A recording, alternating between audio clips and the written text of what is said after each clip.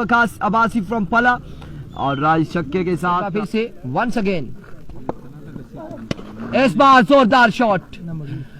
अब की बात पला बादशाह वाले क्या बादशाही दिखाएंगे पला वाले। Here comes Kaifi. यहाँ पे खराब बॉल था बल्ले के साथ। एक बार फिर से वंस अगेन इस बार जोरदार शॉट।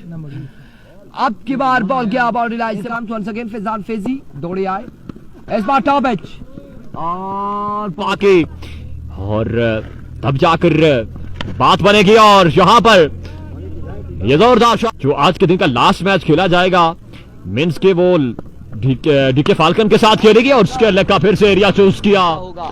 पहला बॉल लिया अपने बॉलिंग के निशान से मलिक मोइन। सामने मौजूद है वकास फ्रॉम पला।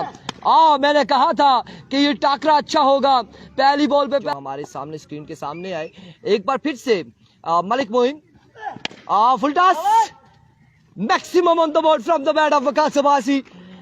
6 रन्स ऑन द बोर्ड। बल्लेबाज हैं जो इस वक्त विकेट पर सलामी जोड़ी मौजूद है। इस बार फुल टॉस अगेन फील्डर मौजूद रन्स यहां पर आ जाएंगे कितने